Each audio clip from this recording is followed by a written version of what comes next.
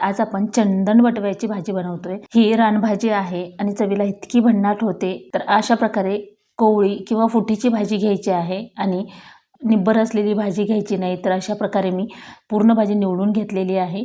देठ वगैरे घ्यायचे नाही, तर शेंडेच घ्यायचे, म्हणजे मोकळी करणार असाल तर पटकन परतल्या जाते भाजी। आणि ह्या भाजीला धुताना थोडंसं मीठ टाकून 10-15 मिनिट पाण्यामध्ये भिजवून ठेवायची, त्याच्यानंतर चाळणीवर ठेवून घ्यायची आहे। आता आपण इथं कढई ठेवलेली आहे। कढईमध्ये तुमच्या आवडीनुसार तेल टाकून घेऊ शकता।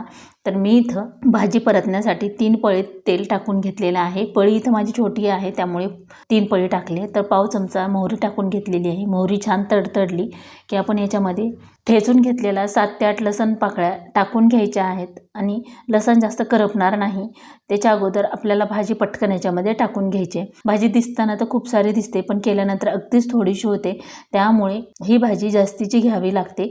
तर आता ही भाजी हाय फ्लेमवर पटकन अशी परतून घ्यायची आहे, म्हणजे जे लसण आहे किंवा तेलामध्ये पटकन परतल्या जाते। लसण पण पूर्ण भाजीला लागतो, त्यामुळे भाजीची चवसुद्धा छान लागते। आणि ही भाजी चवीला इतकी भन्नाट लागते ना, ज्वारीच्या भाकरीसोबत खायला तर अगदीच मस्त अशी लागते। पाव चमचा हळदी पावडर टाकून घेतल्यानंतर अर्धा चमचा मीठ टाकून घ्यायचं आहे। तुम्हाला इथे हिरवी मिरची टाकायची असेल तरीही चालेल। तर इथं मी 1 चमचा लाल तिखट टाकून घेतलेला आहे आणि अगोदर 3-4 मिनिट भाजी परतून घ्यायची, तेव्हाच हे मसाले याच्यामध्ये ॲड करायचे आहेत, म्हणजे मसाले जळणार नाहीत किंवा कढईसुद्धा खाली कढईला चिकटणार नाहीत भाजी परतून घेतल्यामुळे।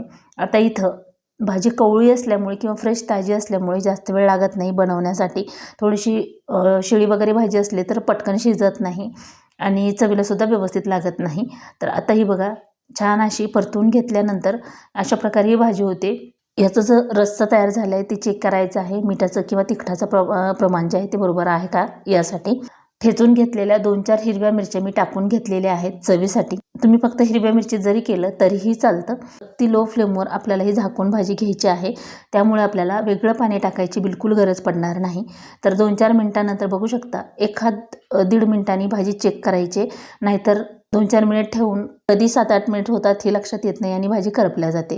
तर आता यात थोडंसं पाणी आहे, तोपर्यंतच आपल्याला याच्यामध्ये शेंगदाण्याचं कूट टाकून घ्यायचं आहे। आता इथं तुमच्या आवडीनुसार शेंगदाण्याचं कूट टाकू शकता। मी इथं 1 चमचा भरून शेंगदाण्याचं कूट टाकलेलं आहे।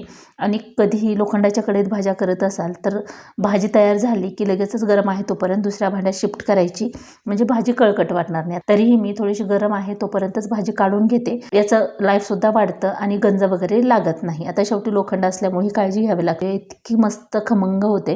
तर अशा प्रकारे तुम्हीही नक्की ट्राय करा। तर आता आपण ही भाजी प्लेटमध्ये काढून घेऊया। चंदन बटव्याच्या झटपट भाजीची रेसिपी तुम्हाला कशी वाटली ती कमेंट करून नक्की सांगा। चला तर भेटूया अशाच एका छानशा रेसिपीमध्ये।